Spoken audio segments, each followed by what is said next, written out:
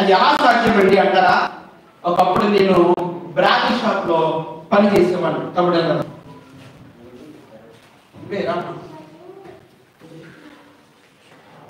ఈ వయసులో నేను బ్రాంచ్ షాప్ లో జాయిన్ అయ్యాను. ఈ వయసులో బ్రాంచ్ షాప్ లో జాయిన్ అయ్యి ఇంచుమించు 5 సంవత్సరాల బ్రాంచ్ షాప్ లో పనిచేశాను. 5 సంవత్సరాలు కూడా విపరీతమైన త్రాగుబోతుతో సహవాసం. ఈ వయసులో ఎవరైనా సరే సిగరెట్ కాదండి ఎక్కడ స్టార్ట్ చేస్తారండి? నోట్స్ తెమ్మంటారు కదా, పద్యం రాస్తారు లేదా, నోట్స్ తెమ్మంటారా? తెమ్మంటారు కదా, ఎక్కడ స్టార్ట్ చేస్తారు? ఫస్ట్ చేతులు కట్టేసి అలా వస్తాడు. అదేనా అంటే సమాధానం ఉండదు, ఏం మాట్లాడండి, మౌనం ఉంటుంది. ఎందుకు రాయలేదంటే సమాధానం ఇప్పుడు రాస్తావా ఎక్కడ పడేసావంటే సమాధానం ఏ దానికి సమాధానం చెప్పరు, మౌనంగా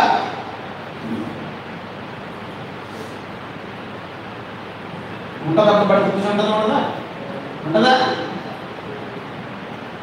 సమాధానం లేకుండా మౌనంగా ఉండిపోతే గొప్ప ఉండవా? కారణం చెప్పాలి. సార్ ఇలా నేను రాయలేకపోయానండి, సార్ అలా రాయలేకపోయానండి, నాకు అర్థం రాయలేదండి, సమయం లేక రాలేదండి. తగిలే దెబ్బల్లో కొంచెం ఆ పర్సంటేజ్ తగ్గించి కొడతాడు. ఆ పర్సంటేజ్ తగ్గించి కొడతాడు. నువ్వు మొత్తానికి ఏమన్నా మౌనం అనుకో, పర్సంటేజ్ పెరిగిపోతాయి, ఇవి చిట్టుకోదు. కారణం వాస్తవంగా డైరెక్ట్గా ఒప్పిస్తున్నా. నువ్వు ఫలిస్తున్నావా, ఫలించినట్టుకున్నావా, ఫలించడానికి ఇష్టమా కాదా, ఫలిస్తే ఏం జరుగుతుంది, ఎలా ఫలించాలి అని నువ్వు నేర్చుకుంటే సరైన క్రమమైన జీవితంలో నువ్వు వెళ్తావు.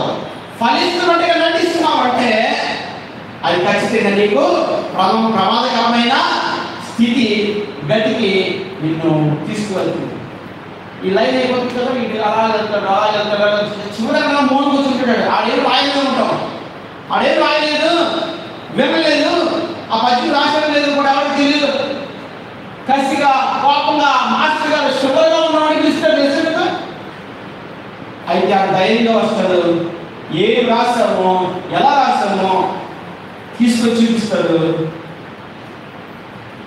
ఏంట్రా మౌనం కూర్చున్నా పని ఏంటి అంటే, నువ్వు ఎక్కడ కూర్చున్నావు అనేది కాదు, కానీ నువ్వు ఫలించావు లేదనేది దేవుడు చూస్తాడు. హల్లెలూయా. నీ దగ్గరికి వస్తాడు, స్వయంగా చూస్తాడు. అంజూరపు చెట్టు దగ్గరికి వచ్చాడు, స్వయంగా దగ్గరికి వచ్చి నియర్గా వచ్చి దగ్గరికి వచ్చి చూసి మళ్ళా క్రాస్ చెక్ చేసుకున్నాడు. క్రాస్ చెక్ అంటే మరొకసారి చెక్ చేసుకున్నాడు, నేను పొరపాటు పడ్డానా, ఫలించిందా అని దగ్గరికి వచ్చి చూసి ఆ చెట్టుకున్న కాయలు కానీ ఆకులతో నిండుదని కానీ దేవుడు శక్తించేశాడు. హల్లెలూయా. ఈరోజు చాలా మంది ఫలాలు లేకపోయినా ఫలాలు ఉన్నట్టుగా నటించద్దు, నటించి వాడికి బహు తీరుకుంటుంది. హల్లెలూయా, హల్లెలూయా. ఈ 3వ దినం ఏంటంటే ఫలించుట. నీవు నేను అందరూ కూడా ఏం చేయాలి? ఫలించాలి. పాఠంలో ఫలించాలి, సాక్ష్యం చెప్పడంలో ఫలించాలి, వాక్యాన్ని చెప్పడంలో ఫలించాలి, ఇతరులను ప్రేమించడంలో ఫలించాలి, సహాయం చేయడంలో ఫలించాలి, ప్రేమ చూపడంలో ఫలించాలి, క్షమించడంలో ఫలించాలి, మంచితనంలో ఫలించాలి. ఫలాలు ఫలాలు ఫలాలు ఫలాలు. నీవు ఫలించడం ప్రారంభిస్తే నీతో పాటు నత్తి కూడా ఉంటే మాట కూడా తిరిగేది కదా. నీ నత్తి వాడిని నేను సరిగ్గా ఒక మంచి సింగర్గా నువ్వు తయారవుతావు, ఒక మంచి వాయిద్యకారుడిగా తయారవుతావు, మంచి స్పీకర్గా నువ్వు తయారవుతావు, మంచి గవర్నమెంట్ ఉద్యోగస్తురాలుగా నువ్వు తయారవుతావు, మంచి సాక్ష్యం చెప్పేదానిగా నీవు తయారవుతావు, దేవుడి కొరకు పాటలు రాసేవాడిగా నీవు తయారవుతావు.